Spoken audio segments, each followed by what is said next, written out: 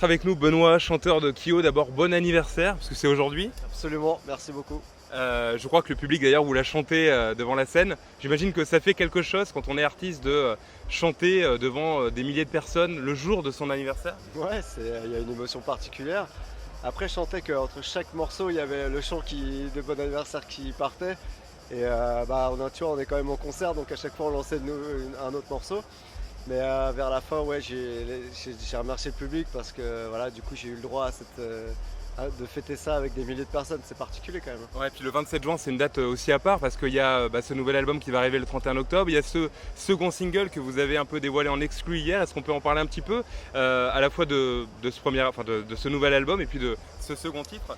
Bah écoute, je suis extrêmement content. C'est une belle journée parce que déjà on a fait un concert qui s'est super bien passé. Et effectivement, c'est la sortie de Hors du Temps, notre premier single officiel de ce nouvel album Ultra Violent. Et les retours sont incroyables. C'est-à-dire, c'est au-delà de nos espérances. Le premier truc que tu checks, c'est sur les réseaux, voir si les fans sont contents. Parce que c'est quand même eux, cette fanbase qui fait qu'on existe encore aujourd'hui après tant d'années. Et après, il y a aussi un grand soulagement parce qu'au niveau média, les gens adorent le titre. Et ça, c'est trop cool. Et le premier titre, donc K17, nous avait laissé penser que ce serait un album plus rock, mais le second est un peu plus balade, un peu plus tranquille, celui que vous avez dévoilé hier, Hors du Temps. Du coup, ce sera quoi un peu la tonalité de ce nouvel album? Tu sais, c'est comme Dame en fait. Il faut qu'il y ait du relief dans un album. En tout cas, c'est comme ça que nous on aime la musique, tu vois. Donc il y a des morceaux qui sont très ambiants, qu'on met généralement en fin d'album. Il y a des morceaux qui sont assez rock, comme K17. Il y a un morceau qui s'appelle Margarita, comme le cocktail, non pas comme la pizza. Et qui est assez rock aussi, mais qui est assez fun et tout. Il y a des morceaux à la Kyo, entre guillemets, avec cette patte de balade vraiment un peu plus deep, un peu plus triste. Et voilà, on varie les plaisirs comme on essaie de faire à chaque album. Mais c'est ça qui nous fait marrer aussi, c'est d'envoyer un truc K17 qui est très live. Et derrière, d'arriver à Accord du Temps qui est une pure chanson d'amour. C'est voilà, avec un texte. Moi, je ferai des chansons d'amour toute ma vie, hein. De toute façon, je le sais, hein. Ouais, effectivement, et K17, la réception, parce que là ça fait une quinzaine de jours que vous la jouez depuis l'Accor Arena le 7 juin dernier. La réception, vous l'avez trouvé comment du coup là? La réception, c'est génial parce que justement, pour un titre que les gens connaissent pas, les réactions sur scène, encore aujourd'hui, hein, les réactions sur scène elles sont incroyables.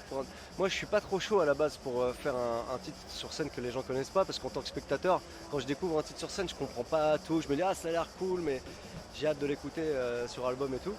Et en fait, là, on a pris le parti de la jouer et il y a des réactions immédiates, ce qui nous fait penser que c'est. Voilà, on le savait, hein, c'était pour ça qu'on l'a fait, mais c'est vraiment un titre de scène.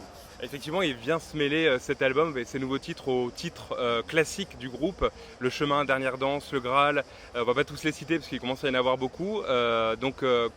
Aussi les titres habituels du groupe qui ont toujours la même réception et que le public chante sans que vous ayez besoin de chanter. J'imagine que ça fait quelque chose. Ça, c'est le luxe ultime quand tu es artiste. C'est le luxe ultime d'avoir ce qu'on appelle des classiques. Tu peux faire une très belle carrière sans avoir de classiques. Mais nous, c'est vrai qu'on a la chance. Tu sais, moi, j'appelle ça la consécration du karaoké, hein. Quand tu es sur les karaokés et quand tout le monde connaît les paroles, c'est que tu as des classiques. Et nous, c'est vrai qu'on en a quelques-uns, ce qui permet de les disséminer sur une setlist de concerts. Tu vois, tu sais qu'il y a ces rendez-vous-là à chaque fois que tu es sûr que ça répond et que ça marche. Ouais, parce que Le Chemin a plus de 20 ans, le groupe maintenant a plus de 30 ans, donc vous commencez à avoir vraiment une sacrée carrière derrière vous. Ouais, c'est dingue. Quand j'y pense, c'est fou. J'arrive Vous pas à avez me dire, commencé jeune. j'arrive pas à me dire, ouais, on a commencé jeune, surtout pour l'époque. Parce qu'aujourd'hui, tu as des jeunes qui sortent aussi des télécrochets, des émissions et tout, qui sont assez jeunes en fait. Mais à l'époque, c'est vrai qu'il n'y a pas beaucoup d'artistes qui commençaient leur carrière aussi jeunes que nous. Donc c'est vrai que ça fait longtemps qu'on est là maintenant et on bénit cette chance de pouvoir continuer à faire ce qu'on aime. Et vu que c'est hyper bien parti pour le nouvel album, ça me laisse penser que on a encore de belles années devant nous et que le meilleur reste à venir, hein. C'était important de prendre du recul à un certain moment, de aussi reprendre les classiques du groupe avec Nuit Incolore notamment, avec Cœur de Pirate aussi, mais il y en a eu Ouais, d'autres. ouais, c'était tout l'intérêt du truc parce que revisiter des morceaux, déjà c'est dangereux parce que surtout des morceaux que les gens ont aimés comme ça, il y a un peu la peur du sacrilège, tu vois. Et donc là l'intérêt c'était de faire des featuring, de faire participer des artistes qu'on aime. Et ces artistes là aiment notre musique aussi. donc c'était, tu vois, c'était assez naturel.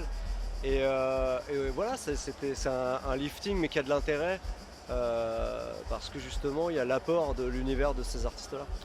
En tout cas, chapeau parce que vous avez joué à 18h en ouverture du festival, en plein cagnard, pas loin de 40 degrés. Quand on est festivalier, on souffle, mais quand on est musicien, avec les projecteurs, avec le son, etc., j'imagine que c'est autre chose aussi. Hein. Ouais, alors moi je pensais surtout au public parce que je t'avoue que je suis relativement insensible à la chaleur. Moi, contrairement à mon camarade Flo, qui est le guitariste qui joue à ma gauche, qui lui, au bout de 2 morceaux, a perdu 15 litres d'eau. Moi, je transpire assez peu finalement, donc voilà, j'ai bien vécu la chose. Ouais, et c'est parti là, ça y est, pour les festivals de l'été. Il y en a eu un au mois de juin, mais là, en tout cas, ça y est, c'est parti pour le mois de juillet-août. Donc, vous allez chanter tout l'été, comme reprend On le va K17, chanter quoi. tout l'été, voilà, exactement. Et ben merci beaucoup, Benoît, d'avoir été avec nous. Merci beaucoup.